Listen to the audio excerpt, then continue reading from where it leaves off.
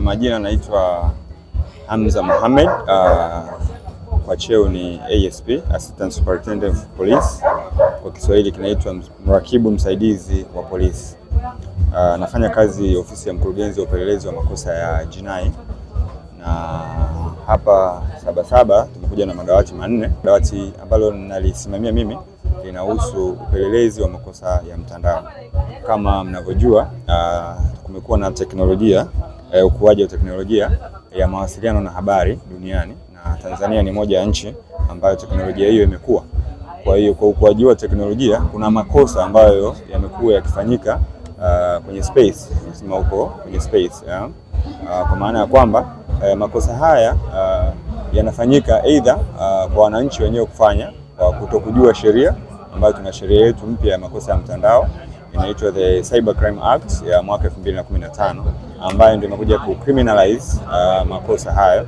Lakini pia kuna sheria zingine mbalimbali ambazo zina guide makosa hayo, ambayo tumekuja kuwaelimisha wananchi. Lakini pia kuna makosa ambayo wananchi wamekuwa wakifanyiwa individually. Kwa mfano, kuna utapeli umeibuka siku hizi, unakuta mwananchi anatumia ujumbe kwamba umemaliza kodi yako, ile kodi tuma kwenye namba hii. Au una mzazi, mwanafunzi wako kwa shule, unatumia ujumbe au unapigiwa simu na mtu ambaye usimfahamu, anakwambia binti yako ameanguka, tunamkimbiza hospitali, kwa hiyo tutumie fedha. Kwa hiyo tunawaelimisha wananchi kwamba watu wale ni matapeli. Tunaamini wewe kama umepanga nyumba utakuwa na namba ya mwenye nyumba. Kwa hiyo ukipata ujumbe kama huo, verify hiyo taarifa kwa kumpigia mwenye nyumba wako ili kuweza kujua kabla ya kutuma pesa. Lakini pia kama ujumbe unahusu huo mfano niliotoa mwanafunzi, unampigia mwalimu wake, anaweza akakufahamisha kwamba hilo si jambo sio kweli. Lakini pia tumekuja na namba maalum ambayo wananchi wakisumbuliwa na message au kupigiwa simu na watu wasiofahamu, kuna namba maalum imeanzishwa. Unatuma ujumbe kwenda kwenye namba hiyo, ile namba ambayo inafanya ulaghai itafungiwa papo hapo. Namba hiyo ni 15040. Mwananchi utaandika ujumbe kwenda kwenye namba hiyo, kuandika neno utapeli, then utapokea ujumbe kwamba tutumie namba hiyo inayokulaghai. Utatuma hiyo namba, mamlaka zitafanya uchunguzi, kwa sababu pia wengine wanaweza kutumia kama mwanya, ana kisasi na mtu akaituma namba ambayo haihusiki. Kwa hiyo itafanyiwa utafiti na itafungiwa. Lakini pia tunatoa elimu. Sasa hivi kumekuwa na changamoto mpya ya mikopo ya mitandaoni. Kuna applications zimeanzishwa nyingi, wanadai wanakopesha wananchi. Zile application tunawaambia wananchi wasizitumie, kwa sababu nyingi ni za kitapeli, na wengine wanazianzisha, wanakukopesha kweli, lakini baadaye wanakuja kuabuse, na unashangaa wamepata taarifa zako. Kumbe wakati unaingia kwenye application wanachukua baadhi ya information zako ambazo ni za siri, hawapaswi kuwa nazo. Kwa hiyo tunatoa elimu za namna hiyo. Msingi moja ya eneo ambalo tunatoa elimu ni eneo hilo, kwamba kuna taarifa nyingi ambazo sio za kweli ziko mtandaoni. Tunasema mtandao hauko salama sana sasa hivi. Unakuta mtu anatumia social media account yake, let's say Facebook au Instagram, au wengine wameenda wamefungua hadi online channels, wanakuwa na uzushi ambao unazua taharuki. Kimsingi sheria hii ambayo nimekutajia, sheria namba 14 ya mwaka 2015 kifungu cha 16 kinazungumza wazi, ambapo ni kosa kutuma taarifa ya uongo. Kwa hiyo tunamuelimisha mwananchi kwamba sio kila taarifa anayoiona mtandaoni inakuwa ni ya kweli. Akiona taarifa hiyo asiitume wala kuisambaza. Na tulikuwa tuna kampeni hapo nyuma kushirikiana na mamlaka zingine kwamba ukiona taarifa ambayo ikihusu, futa na delete kabisa. Kwa hiyo ni kosa, na tunawasa hasa vijana ambao tunasema vijana wanaingia kwenye mkumbo wa kufuata, yani wanatuma taarifa pasipo kuzifanyia uchunguzi. Vijana wamekuwa ni wahanga wakubwa, na katika dawati letu tunawaelimisha, kwa sababu huko kwenye utendaji huwa tunawakamata watu wengi ambao ni vijana. Kwa hiyo tunatoa elimu hapa kwa vijana kwamba watumie mitandao sahihi, yani kwa kutuma taarifa ambazo ni sahihi. Lakini pia kuwaelimisha kwamba ile mitandao kuna fursa zingine ambazo anaweza kuzifanya kama kijana. Kuna fursa za kiuchumi, fursa za kijamii ambazo anaweza akatumia, mbali na kutuma taarifa hizo ambazo nyingi zinakuwa hazina ukweli.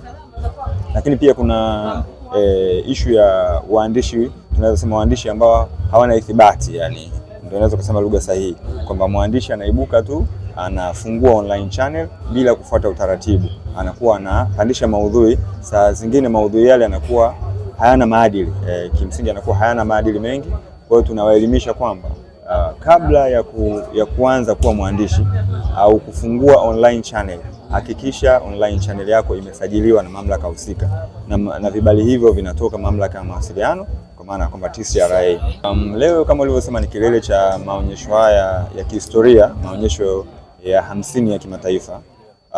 Tunawaalika wananchi wote watembelee banda letu, hasa dawati hili la upelelezi wa makosa ya mtandao, waje wapate elimu ya namna gani ya kuwa salama mtandaoni, jinsi gani ya kutunza taarifa zao, na jinsi gani ya kuto kuingia kwenye uvunjaji wa sheria kwa namna moja ama nyingine. Makosa haya tunaamini ni mapya. Sometimes kuna vijana wanaingia kwenye makosa, kutenda kosa bila kujua. Kwa hiyo wakija hapa tutawakumbusha lipi ni kosa, lipi sio kosa, lipi ni sahihi. Kuna ulaghai mwingine pia ambao umeibuka. Of course inakuwa inatokea kama kimakosa. Labda wewe mwandishi umetuma pesa ukakosea namba moja, hiyo pesa ikaja kwangu, alafu mimi naitoa kwa haraka, alafu baadaye nakataa kuirudisha. Hiyo nalo ni kosa kama kosa lingine. Huwezi kuitem kama ni kosa la mtandao, lakini linaangukia kwenye mtandao. Kwa maana kwenye haya makosa ya mtandao kuna namna mbili. Kuna ile kwamba kompyuta ndio imetumika kutenda kosa, lakini mwananchi ametumia kompyuta kufanyia kosa. Kwa maana kwamba kompyuta as a tool au kompyuta as a target. Sasa pale mwananchi ndio amefanyiwa. Kwa ile simu kama tunaitem kompyuta ndio imetumika kama njia ya kukuibia, ndugu mwandishi. Kwa hiyo tunakushauri mwananchi, ukipata na tatizo hilo, nenda kituo cha polisi, kafungue kesi. Tuna wataalamu katika kila wilaya wanaopeleleza makosa haya. Huduma yetu ni bure, usifike kituoni ukashawishiwa kwamba bana ile leta pesa kiasi fulani ili tukufanyie kazi. Ripoti, peleka ile namba na huyo mtu atafikiwa popote pale alipo. Lakini pia kwa kuongezea, kumekuwa kuna tatizo la wizi wa simu. Watu wamekuwa wakiibia sana simu. Ni tatizo kwa kweli. Hapa tukwenda letu tunatoa ushauri kwa wananchi. Kwanza, kuwa makini wao wenyewe. Unakuta mtu umepanda daladala jioni, umechoka, unatoka kazini, unaanza kuchat kwenye simu, umekaa upande dirishani huko kwenye daladala. Usalama unaanzia kwako mwenyewe. Kwa nini usisubiri ufike mahali salama ndio uanze kutumia simu yako? Kwa sababu mwizi anatumia weakness ndogo ya kujisahau. Au upo njiani unatembea kwa miguu, huna simu ya haraka au ya lazima kupokea au kupiga, unatoa simu kwenye vichochoro unapiga. Tunamshauri mwananchi atumie simu yake mahali salama. Lakini unapoibiwa simu, tunawaelimisha wananchi hapa, fika kituo cha polisi, utasaidiwa na simu yako itapatikana popote pale anapoitumia Tanzania hii, ili mradi atakuwa ameweka simu kadi na ameanza kuitumia.